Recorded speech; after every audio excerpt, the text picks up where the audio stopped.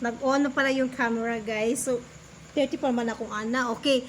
So, let's talk about this, guys, ha. So, yun. Let us elaborate yung sinabi ko sa reason number 6 kung bakit ko nasabi na kailangan ko na talagang layuan ng tao. At kung pwede lang, hindi ko na talaga bibigyan ng chance yung sarili ko na magkakaroon sa kanila ng any kind of friendly relationship. Pero, syempre, papakisamahan pa rin natin sila. Wala naman problema sa atin yun. Okay, basta they are not going to break lang the boundaries, no? Okay, so, elaborate natin yun, guys, yung mga tao, guys, na binabaliktad tayo. So, isipin mo yung nangyari sa akin, ha.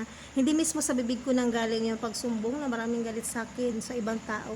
Pero ang ending, guys, so nagharap-harap na kami, binaliktad ako. Ang sinabi sa akin, ako lang nag-iisip ng ganun. Lagi ko daw iniisip na galit ako sa kanila. Lagi ko daw silang iniisip.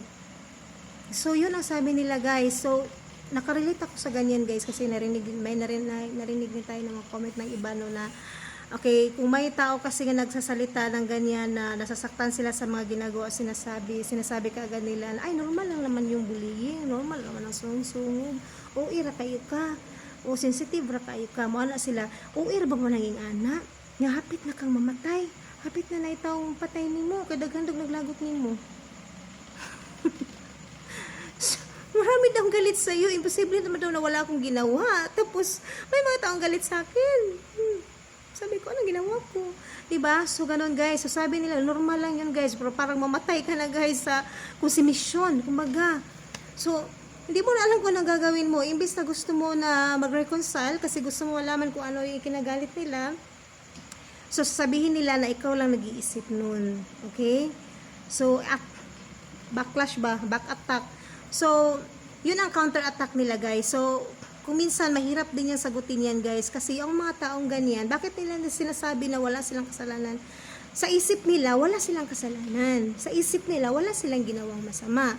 Sa isip nila, ikaw yung masama. So, yun ang nakalagay sa utak nila. So, ang tanong ko sa'yo, may chance ka pa ba, no, na magkaroon ng magandang relasyon sa mga taong ganito? Okay? Karelasyon mo man yan o kaibigan mo or mga tao sa paligid mo or ka-teamwork mo, sa palagay mo ba mayroon ka pang pag-asa na maintindihan nila? So, wala. So, kung ikaw, kaya mong, kung ikaw okay lang sa'yo, na ganyan ang treatment sa'yo ng tao, so go ka. Pero para sa akin, guys, learn to say no. Learn to tell people kung ano yung mga bagay na hindi pwede sa'yo. Muntik na ako may mamatay, madisgrasya, kasi may taong galit na galit sa akin dahil dyan. So, no.